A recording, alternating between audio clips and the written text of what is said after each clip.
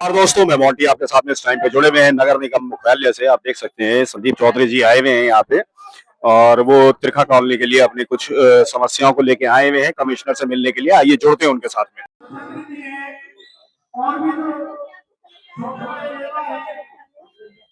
देखिए, आज हम कमिश्नर साहब से मिलने आए हैं सभी लोग। और कल आपने देखा होगा एक मुद्दा है जो इनका, वो सीवर लाइन का है। जबकि ना तो पार्षद उस कॉलोनी में रहते हैं और ना विधायक उस कॉलोनी में रहते हैं। उस कॉलोनी में रहते हैं हम। और हमने कई दिन पहले भी हम विधायक जी से मिले और हमने एक बात रखी कि भाई ये जो लाइन डाली जा रही है सीवर की लाइन, उसको 24 इंची की जगह उसको 36 इंची किया जाए, क्योंकि त्रिखा कॉलोनी बल्लभगढ़ की सबसे बड़ी कॉलोनी है जनसंख्या के मामले में। और अंदर के जो रोड है वो पहले वो सीमेंटेड करे जाए, उनमें बड़ी लाइन डाली जाए ताकि वो रोज ब्लॉक रहते हैं, और उसके बाद ये बाहर की लाइन डाली जाए। जबकि इनको पता नहीं क्या जिद है, क्या चाहते हैं, कॉलोनी से क्या नफरत है। इस टाइम हम एक गड्ढा नहीं खोद सकते और अब वो जो मेन रोड है उसको खोदना चाहते हैं। हमने कहा भाई इसको भी खोद लो, लेकिन बारिश के बाद, क्योंकि वहां बेटियों का निकलना है। मेन रोड है 2 सेक्टर का त्रिखा कॉलोनी का, लेकिन पता नहीं ऐसी क्या जिद है कि वो नारियल फोड़ दिया, अब उसमें वो काम चालू कराना चाहते हैं। कभी अफसरों पे दबाव बना रहे हैं, कभी ठेकेदारों पर दबाव बना रहे हैं। मेरी समझ में एक बात नहीं आती, क्या ये हिटलर शाही है? देश बाबा भीमराव अंबेडकर के बनाए संविधान से चलता है, तानाशाही से नहीं। हमने एक बात रख दी कि भाई अपने हम विधायक के पास गए, बल्लभगढ़ के विधायक के पास, कि इस लाइन को बड़ी लाइन डाल दें, पहले अंदर की डाल दें और बारिश खत्म होने के बाद सीवर लाइन डाली जाए। इतनी बड़ा अहंकार, इतनी बड़ी आप किसी को बोलने नहीं देना चाहते, किसी कोई आपके सामने बोल नहीं सकता।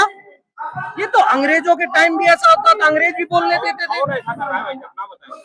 देखिए, जो हमारे वार्ड से पार्षद है वो तो लेडी सीट है, वो तो हमारी बहन बेटी है। लेकिन वहां और जो पार्षद हैं जो दूसरे वार्ड से हैं, उन्होंने जिद कर रखी है कि मुझे त्रिखा कॉलोनी का नाश लेना है।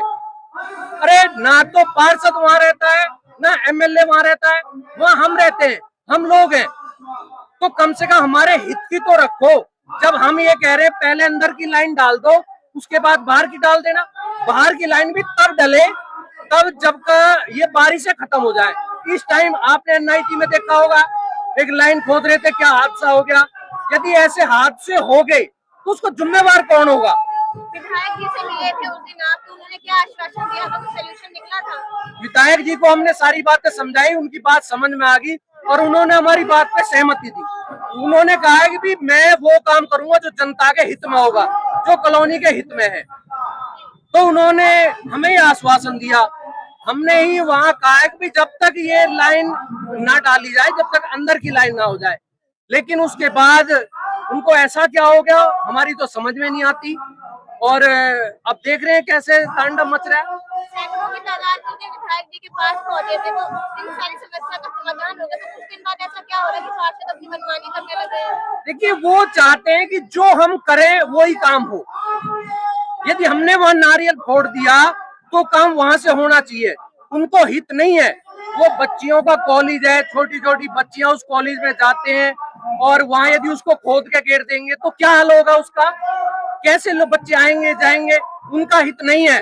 उनका हित है कि हमने नारियल फोड़ दिया, काम होना चाहिए। चाहे कॉलोनी बाढ़ में जाए, चाहे वहाँ बच्चियां कुछ भी हो, चाहे कोई हादसा हो, उन्हें इन बातों से कोई लेना देना नहीं। देखिए, हम चाहते हैं कि जो अंदर की जो सबसे पहले वो छोटी सीवर लाइन है, वो सीवर लाइन डाली जाए, उसके बाद उसको सीमेंटेड किया जाए और बाहर की लाइन उसके बाद डाली जाए, उसका लेवल करने के बाद। हम ये चाहते हैं। अभी क्या कुछ मांगे लेकर पहुंचे नगर? हम कमिश्नर साहब से मिलेंगे। कमिश्नर साहब को हम ये ज्ञापन भी देंगे अपना कि भाई काम वो करें जो कॉलोनी के हित में हो। तो हम सभी कॉलोनी वासी आए हैं और कमिश्नर साहब को ज्ञापन देंगे। शहर की ऐसी तमाम खबरों के लिए मेरे साथ जुड़े रहिएगा। मैं मौटी आपके साथ में, धन्यवाद।